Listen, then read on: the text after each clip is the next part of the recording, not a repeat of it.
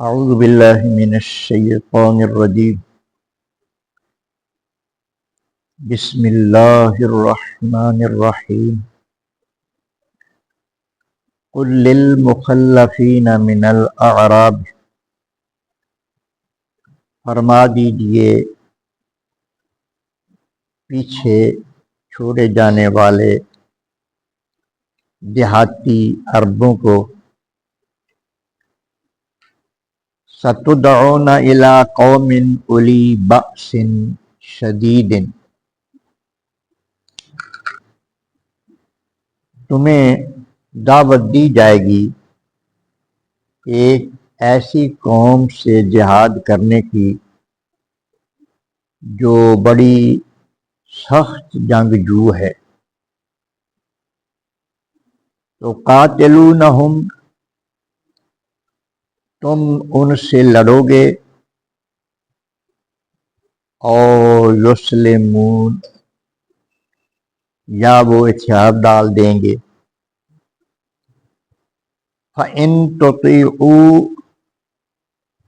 یُؤْتِکُمُ اللَّهُ أَجْرًا حَسَنًا پھر اگر تم اس وقت اطاعت کرو گے تو اللہ تبارک و تعالی تمہیں بہت زیادہ اجر عطا فرمائے گا۔ وَإِن تَتَوَلَّوْا اور اگر تم اس وقت بھی منہ پھیر لو گے کما تولیتم من قبل جس طرح تم نے منہ موڑا تھا پہلے، یعنی حنین کی طرف تم نہیں گئے تھے۔ یعذبکم عذابا علیما تو تم کو اللہ تبارک و تعالی دردناک عذاب دے گا۔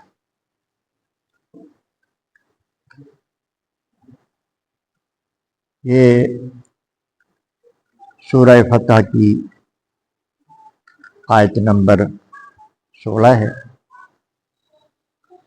سورہ فتح کا ایک مضمون چل رہا ہے کہ نبی کریم رؤوف الرحیم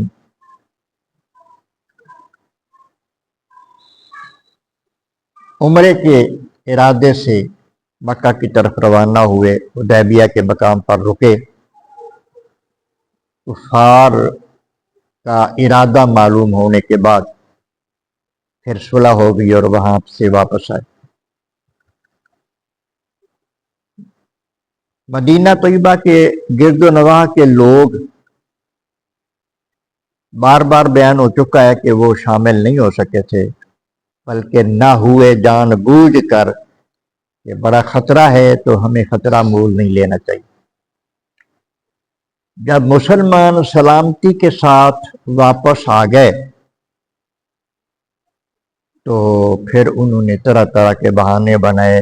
اس کے بارے میں آیتوں میں اللہ پاک نے اپنے حبیب کو آگاہ فرما دیا کہ آپ جب واپس آئیں گے تو یہ طرح طرح کے بہانے کریں گے، لیکن یہ جھوٹے ہیں۔ اس کے بعد پھر غزوہ خیبر کا موقع آیا۔ خیبر کے حالات ان کے سامنے تھے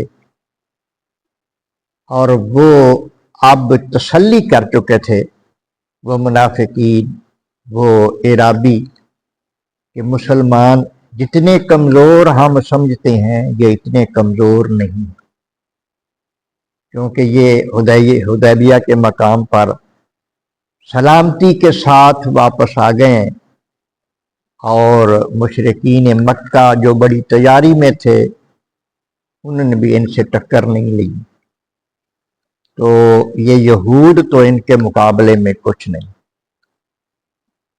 لہذا اب جنگ کا کوئی خطرہ نہیں ہے، بڑی آسانی کے ساتھ فتح ہو جانی، اور مال غنیمت بہت ملے گا، وہاں باغات ہیں، ان کے پاس بہت جمع پیسہ ہے،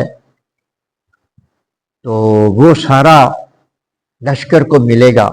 فتح جب ہو جائے گی مال غنیمت کی صورت میں تو وہ مال غنیمت میں ہمیں حصہ دار بننا چاہیے۔ لہذا اس موقع پر انہوں نے بہت زور لگایا جی ہمیں اجازت ہو تو ہم بھی جائیں، ہم بھی جنگ لڑیں۔ تو یہ فرمایا گیا کہ وہ پچھلی جو مسٹیک ہو گئی تھی اس کی تلافی نہیں چاہتے تھے، بلکہ اب انہیں مال غنیمت نظر آ رہا تھا۔ اللہ تبارک و تعالیٰ نے اپنے حبیب سے فرما دیا کہ ان کو منع کر دو، ان کو اس وقت نہیں لے جانا۔ جب نبی کریم علیہ الصلوۃ والسلام نے ان کو منع کیا، بجائے اس کے کہ وہ نادم ہوتے کہ ہم سے غلطی ہو گئی ہے جس کی سزا میں ہمیں اب جہاد سے روک دیا گیا، تو کوئی معافی معذرت کرتے، بلکہ انہوں نے یہ کہا کہ بل تحسدوننا، یہ مسلمان ہم سے حسد کرتے، یہ ہمارے حاسد ہیں، حسد کی وجہ سے ہمیں روک رہے ہیں، بلکہ انہوں نے یہ کہا۔ اس کے بعد اللہ تبارک و تعالیٰ نے اپنے حبیب سے ارشاد فرمایا کہ قل للمخلفین من الاعراب، یہ دیہاتی پیچھے رہنے والوں سے فرما دو کہ اس موقع پہ تو تمہیں اجازت ہم نہیں دے رہے۔ تو یہ جو تمہارا دعویٰ ہے نا کہ اب ہم لڑیں گے، ہم شجاعت دکھائیں گے اور بڑا قوت ایمانی کا مظاہرہ کریں گے، یہ جو تمہارا دعویٰ ہے نا اس کو ہم دیکھ لیں گے۔ ستدعون الی قوم اولی باس شدید، مستقبل میں ایک ایسی قوم سے واسطہ پڑے گا جو قوم بڑی طاقتور ہے اور وہ لوگ بڑے جنگجو ہیں، ان سے جنگ لڑنے کے لیے تمہیں بلایا جائے گا، پھر تم ان سے لڑو گے تو یا وہ ہتھیار ڈال دیں گے۔ اور ارشاد فرمایا کہ اس وقت اگر تم اطاعت کرو گے، اللہ کی اطاعت، اللہ کے حبیب کی اطاعت کرو گے، تو اللہ تبارک و تعالیٰ تمہیں بہت خوبصورت اجر عطا فرمائے، بہت بڑا اجر عطا فرمائے گا۔ لیکن اگر تم پہلے کی طرح کرو گے، منہ پھیر لو گے، تو پھر اللہ تبارک و تعالیٰ تمہیں بڑا سخت عذاب دے گا۔ نتیجہ یہ ہوا کہ اللہ تبارک و تعالیٰ کی فرما برداری جو بندہ کر لیتا ہے، فرما برداری جتنی اللہ نے طاقت دی ہے اتنی ہی کرنی ہوتی ہے۔ اپنے دل و دماغ کو صرف حاضر رکھنا پڑتا ہے کہ میں حاضر ہوں، فرما برداری یہی ہے۔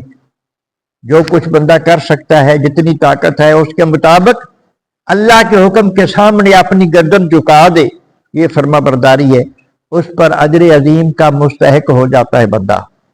لیکن اگر دل میں کھوٹ ہو اور بہانے بنائے اور باتیں بنا کے اپنے آپ کو ثابت کرے، معذور ثابت کرے، تو اس سے پھر اللہ تبارک و تعالیٰ کو دلوں کے بھید جانتا ہے، دلوں کی خبریں رکھتا ہے، اور جو لوگ منہ پھیر لیتے ہیں، اللہ تبارک و تعالیٰ فرماتا ہے کہ ان کے لیے ہمارا دردناک عذاب۔